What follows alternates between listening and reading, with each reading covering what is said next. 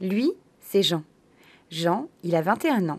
Il porte des bretelles, un chapeau, des baskets customisées, des lunettes rétro, une moustache. Mais surtout, Jean fume la pipe.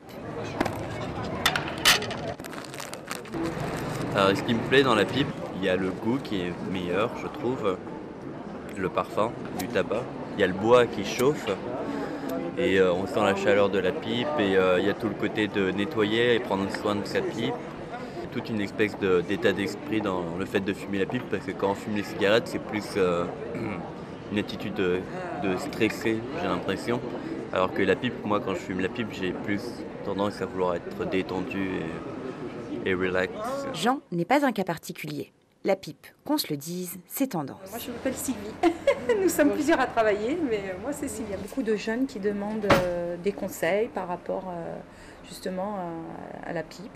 Des jeunes femmes, voilà, qui prennent souvent des petits modèles très fins comme celui-ci. Comme justement, il y a une clientèle plus jeune, ils ont fait des designs un petit peu plus modernes avec ces pipes toutes noires là et transparentes. Et souvent, on a des petits modèles verts, mauves, même roses, en bruyère, en bois de bruyère. Après, il y a les pipes droites, les pipes courbes.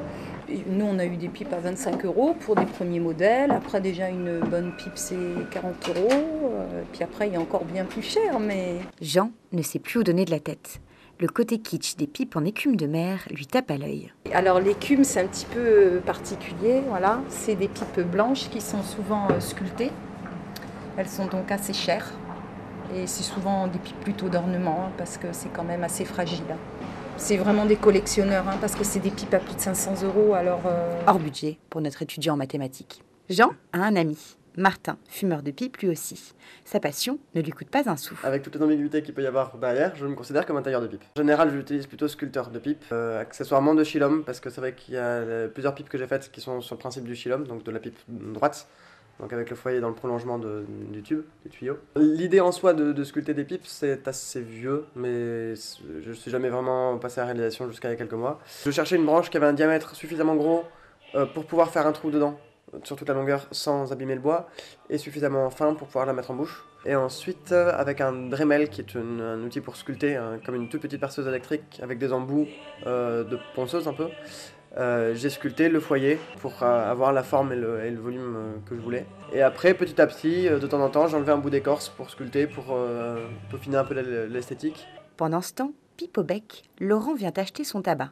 Son bon tabac. Alors, Hasbo, j'ai Silver, Gold, Whisky, Black, Cherry et Vanilla. Alors, Vanilla, oui, 2. Alors, ça vous ferait un total de 139, monsieur. Merci. J'ai commencé à fumer la pipe il y a une trentaine d'années à peu près.